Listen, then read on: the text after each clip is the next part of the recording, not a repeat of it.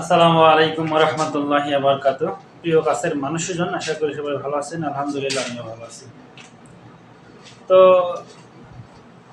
আমি একটা থিওরি জানি। থিওরিটা হচ্ছে, এটা অনেকে জানে আর কি, সেসব আমিও জানি আর কি।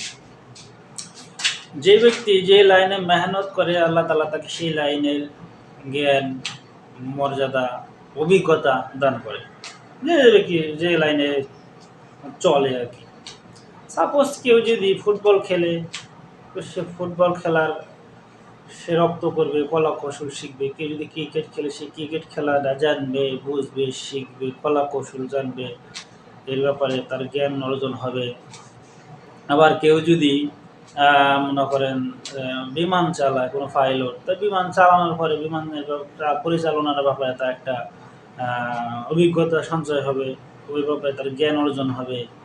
হ্যাঁ, আবার পাশাপাশি সে যদি আবার মনে করেন যে ডাক্তার, ইঞ্জিনিয়ার বা যে যাই করুক, যে লাইনে থাকে, যে যাই করে, এই লাইনের কিন্তু সে জ্ঞান অর্জন করবে, অভিজ্ঞতা অর্জন করবে। তারপরে ওই লাইনে তিনি কি সম্মানিত হবে ওই লাইনের। সেটা হয়তো পারে নেগেটিভ, বা কেউ যদি সন্ত্রাসী, মাস্তারি, মাফিয়া, এই লাইনে যদি সে তার অ্যাক্টিভিটিস থাকে, এটা যদি করে, সেও কিন্তু ওই লাইনের মানুষের কাছে সম্মানিত হয় বা গডফাদার হয়। একটা স্টেপ বাই স্টেপ এই আর কি।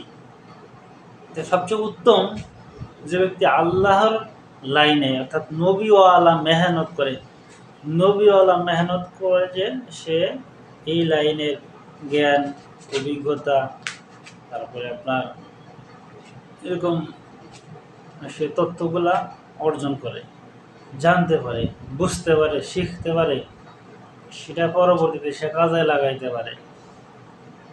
এই জন্য আমাদের লাইনটা হওয়া উচিত নবীওয়ালা মেহনতের লাইন।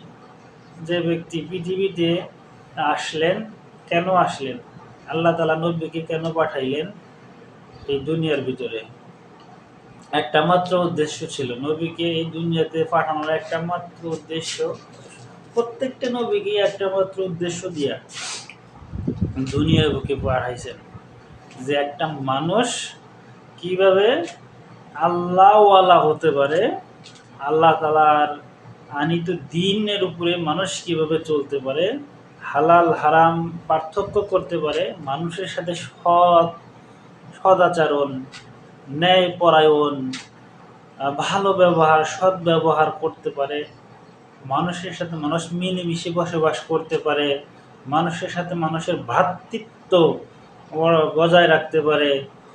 তারপর মানুষের প্রতি একজন মানুষ আরেকজন মানুষের প্রতি জুলুম করবে না, একজন মানুষ আরেকজনকে ঠকাবে না, একজন মানুষ আরেকজনকে অত্যাচার করবে না, একজন মানুষের থেকে একটা প্রতিবেশী আরেকটা প্রতিবেশীর কাছ থেকে নিরাপদ থাকবে, একে অপরের দুঃখে কষ্টে পাশে থাকবে, পাশে দাঁড়াবে, সে তার হাল হাকিকত সম্পর্কে অবগত থাকবে, সে মিলেমিশে থাকবে আর কি।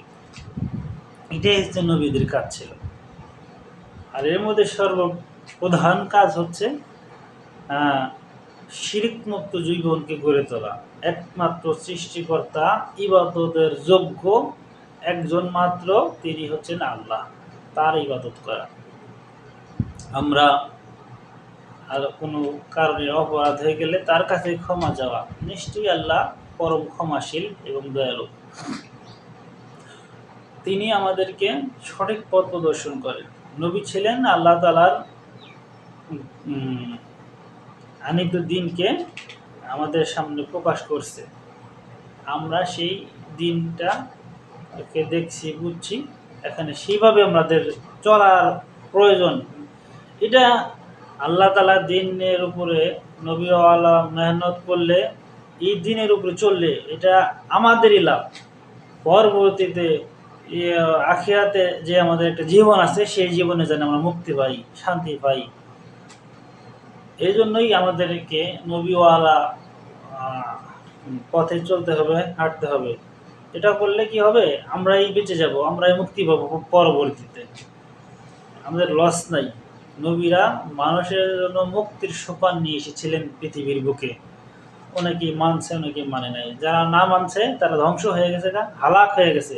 আর যারা মানছে তারা কামিয়াব হয়ে গেছে গা, তারাই সঠিক পথে ছিল, তারাই মুক্তি পেয়েছে।